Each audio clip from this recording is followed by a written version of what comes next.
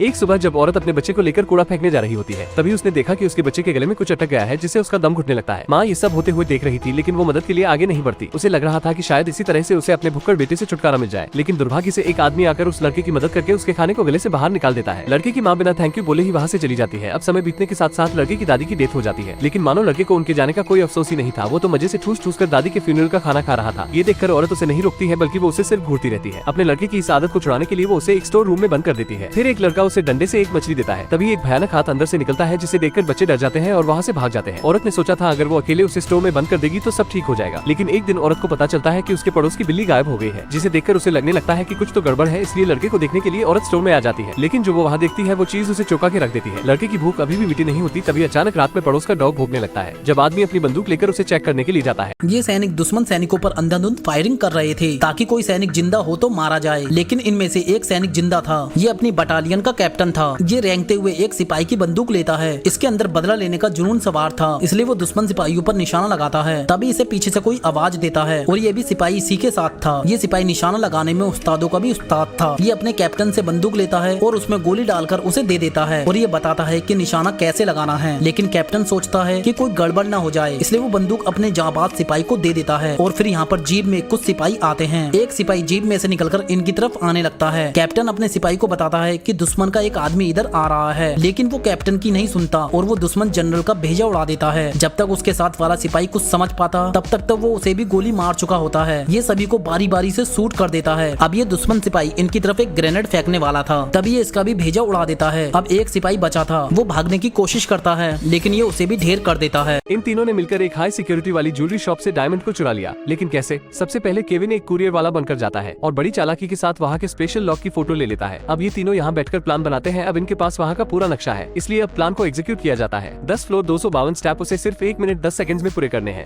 10वें फ्लोर की सीढ़ियों की तरफ न तो कोई लॉक है और न ही कोई हैंडल। उन्होंने हर गार्ड्स को कई बार ऑब्जर्व किया है। यह मोटा आदमी 12 मिनट के लिए अपनी जगह से हटता है, इसलिए इस चोर के पास सिर्फ 12 मिनट है चोरी करने के लिए। सबसे पहले डोर पर एसिड स्प्रे करेंगे, 90 सेकंड्स में कवर और डोर मेल्ट होने लगेगा। फिर आगे जाकर उसे एक पिन से लॉक खोलना पड़ेगा। उसके पास ये करने के लिए सिर्फ 45 सेकंड्स है, नहीं तो वो मोटा आदमी उसे देख लेगा। लेकिन जब तक मोटा आदमी उसे देख पाता वो अंदर चला जाता है। अब अलार्म को बाईपास करने के लिए उसके पास सिर्फ 30 सेकंड्स है। अलार्म में एक G-RON-5 मोशन डिटेक्टर सिस्टम लगा हुआ है, जो 30 सेकंड्स के बाद पुलिस और लॉबी गार्ड्स को अलर्ट कर देगा। फिर भी उसने वहाँ से डायमंड चुरा लिए, लेकिन अगले दिन इनके साथ एक प्रॉब्लम हो गई। किसी ने इनका प्लान और डायमंड को इनके घर से चुरा लिया। अब ये पुलिस के पास भी नहीं जा सकते हैं, क्योंकि उस प्लान पर इनके फिंगरप्रिंट है। इसलिए अब इन्हें समझ नहीं आ रहा कि वो क्या करे। जंगल में एक कपल घूमने निकला था, तभी उन्हें एक भालू दिखता है जो अपने सर को पेड़ पर मार रहा था। अचानक से वो भालू उनके पास आकर उन्हें देखने लगता है। फिर वो उन पर हमला करके उन्हें मार देता है। तभी हमें ये खबर दिखाई जाती है, जिसमें वो बताते हैं कि एक आदमी एरोप्लेन से अपने साथ सैकड़ों किलो ड्रग्स ले जा रहा था, लेकिन उसका एक्सीडेंट हो जाता है और वो सारा ड्रग्स जंगल में गिर जाता है और वो भालू उनको खा लेता है। ड्रग्स खाने की वजह से वो पागल हो गया था। तभी हम जंगल में एक लड़के और लड़की को देखते हैं, जिन्हें ड्रग का एक पैकेट मिलता है। वो भालू उसकी स्मेल का पीछा करते हुए वहाँ आ जाता है। तभी उस लड़की की माँ भी एक फॉरेस्ट रेंजर और उसके फ्रेंड के साथ जंगल में आ जाती है। भालू उनको मारने की कोशिश करता है, लेकिन पीटर अपनी जान बचाने के लिए पेड़ पर चढ़ जाता है, लेकिन भालू को उसकी शर्ट पर ड्रग्स की गंध मिल जाती है, जिसकी वजह से वो पेड़ पर चढ़कर पीटर को मार देता है और उस फॉरेस्ट रेंजर के पीछे पीछे उसके पुलिस स्टेशन तक पहुँच जाता है। इसका पार्ट 2 देखने के लिए आप हमें कमेंट कर सकते हैं। यह आदमी जेल से भागने के लिए 5 लीटर पानी एक साथ पी लेता है और एक्सरसाइज करना चालू कर देता है। फिर वो पूरे दिन अपनी पेशाब को रोके रखता है, क्योंकि उसे वार्डन के आने का इंतजार था। अब जैसे ही वार्डन राउंड पर होता है, तभी यह पेट खराब होने का बहाना बनाकर वार्डन के जूतों के ऊपर उल्टी कर देता है, जिसके बाद जाहिर तौर पर इसे जेल के डॉक्टर के पास ले जाया जाता है। अब वहाँ यह आदमी नर्स से पेशाब का बहाना करने लगता है, इसलिए वो एक कैदी को उसकी मदद के लिए उसके साथ भेज देती है। लेकिन नर्स को क्या पता था, जिस कैदी को उसके साथ भेजा है वो उसी का साथी है। अब जैसे ही ये दोनों टॉयलेट में घुसते हैं, तो सबसे पहले ये ड्रिप को डस्टबिन में फेंक देते हैं और उसके ऊपर अपना पोछा रख देते हैं। जिसके बाद जेम्स सीट पर चढ़ जाता है और ऊपर का एक बॉक्स खोलकर उसमें से एक लोहे की रोड निकाल लेता है, जो उसने पहले से ही वहाँ रखी होती है। अब जेम्स और उसका साथी हैंड वॉश मशीन को निकालकर बाहर आ जाते हैं। फिर जाने से पहले वो उसे उसकी जगह पर लगा देता है। अब दोनों उस रास्ते से जेल के वर्क रूम में आ जाते हैं। फिर वो वहाँ से एक लोहे का बॉक्स लेते हैं, जो उन्होंने पहले से वहाँ बनाकर रखा होता है।